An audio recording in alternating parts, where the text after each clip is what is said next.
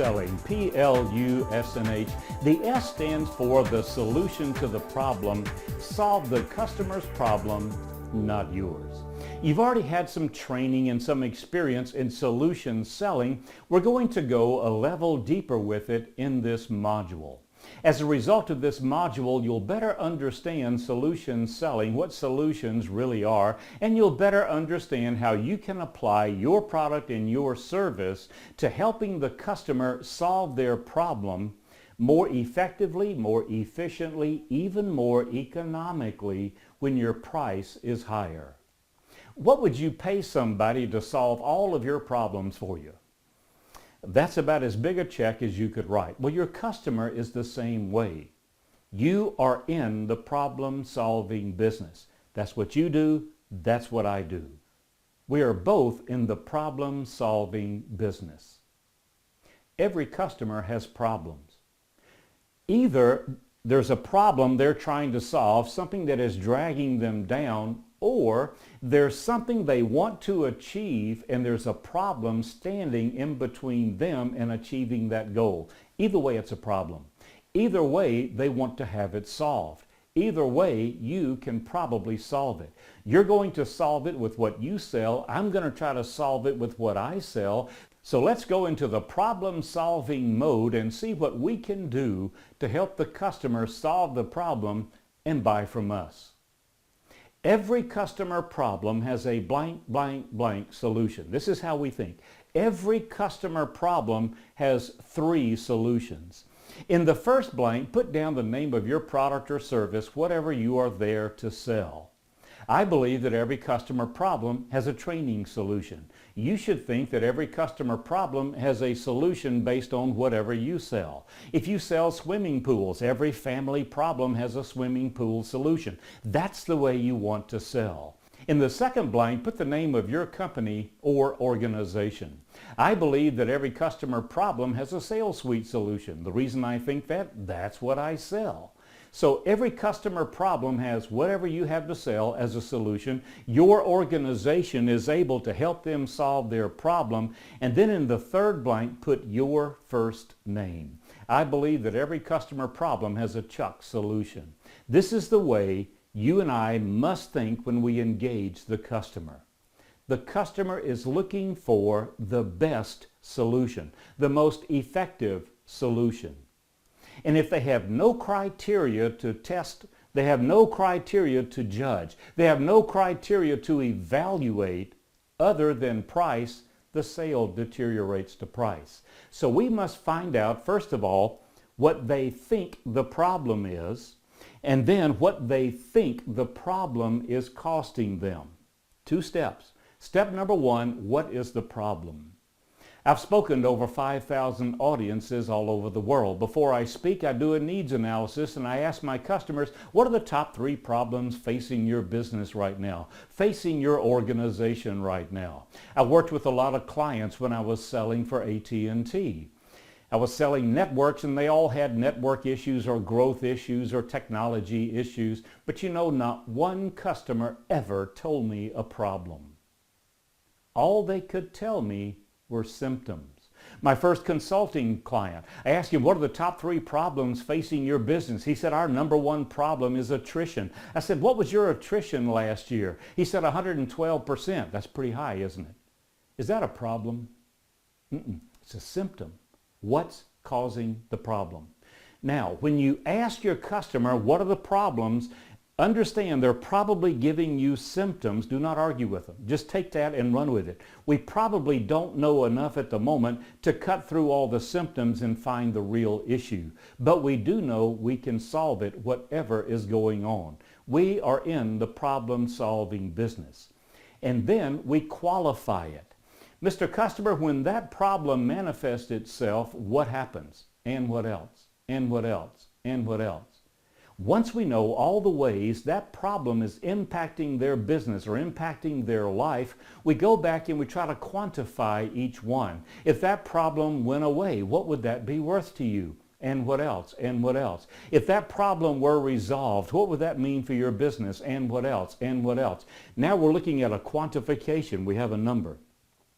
The reason is, if the customer thinks they have a $1,000 problem and you have a $10,000 solution, it's going to be a hard sale. So you can drop your price to $1,000 and maybe make the sale happen. But what happens if the customer realizes that problem doesn't cost $1,000 or $3,000 or $8,000? It's actually costing them $15,000 or $20,000. Your $10,000 solution becomes very viable. All too often, customers do not appreciate the true cost of the problem they're asking us to help them solve. When you go through this exercise with your customer, are you doing something to them or are you doing something for them? You are doing something for them. You're helping them better understand the true cost of the problem you are going to help them resolve. If the customer thinks it's a $1,000 problem, they may address it now, they may address it next month.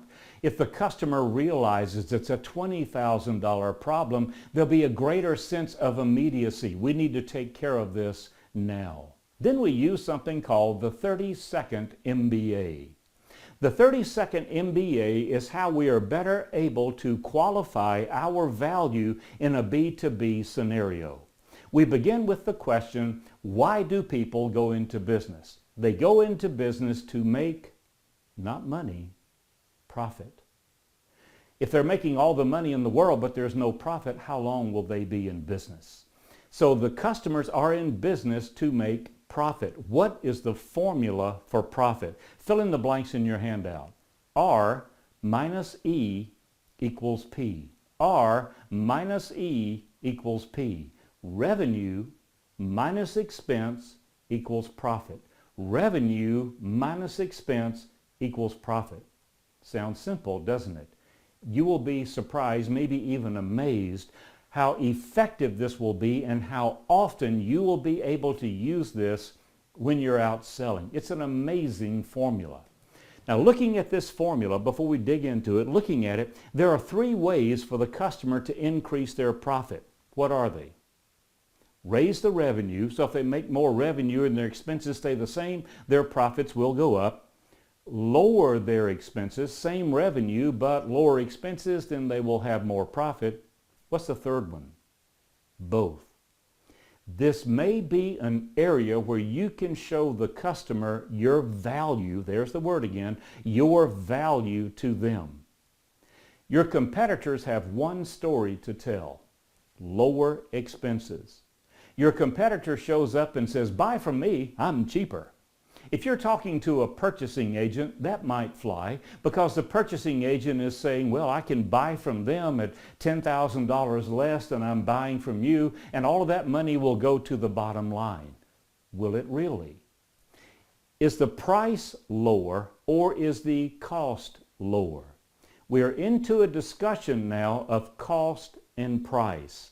Cost and price. The only relationship that exists between cost and price is an inverse relationship. The item with the lowest price tag typically costs the most. The item with the lowest price tag typically costs the most. Yes, your competition can show up with a lower price. What is the cost to your customer of using that instead of yours? What is the cost to the customer? Therefore, what is the value for the customer in buying from you instead of buying from them? Why is it in the customer's best interest they buy from you? That is the principle upon which value-added selling is built. And when we're into solution selling, what we are looking for is the most profitable solution. You sell a machine, the competition sells a machine. Their machine is 10% less than your machine. Why would the customer buy yours? Because it's 20% more productive. The price of that machine is higher, the cost is lower, the cost per unit. So you'll want to use some kind of financial analytics to be able to cost justify. That's what we're talking about, a cost justification, to cost justify your higher price.